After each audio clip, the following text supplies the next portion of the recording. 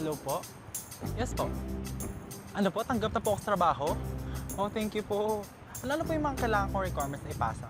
Sige po, SSS, PhilHealth, Pag-ibig, Barangay, Police, NBI Clearance, Big, Barangay, Police. Kailan ko po kailangan lahat ng to? In 2 weeks po? Abot kaya lahat ng to?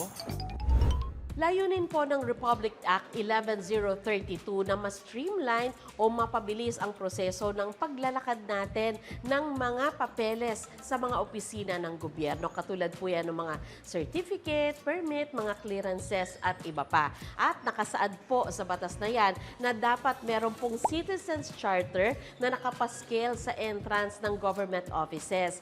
At ang nakasaad po sa Citizens Charter na yan ay ang mga sumusunod.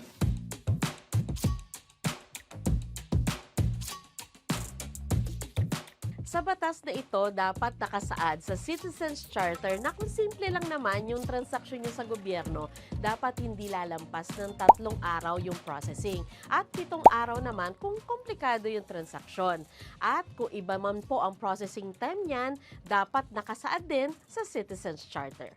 O di ba, ganun kaimportante ang Citizens Charter.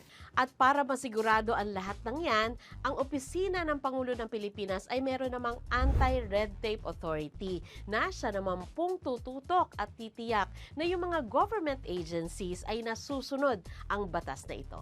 Pero ayon sa ulat ng Anti-Red Tape Authority, mula January hanggang December ng 2025, nangunguna sa reklamo ang SSS, Pag-ibig at BSP para sa government-owned and controlled corporation at ang FDA, LTO at BIR naman para sa mga national agencies.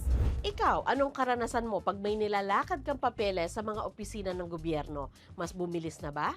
Ako po si Sandra Aguinaldo ng GMA Integrated News. Tumutok po kayo sa 24 oras para sa aming special report.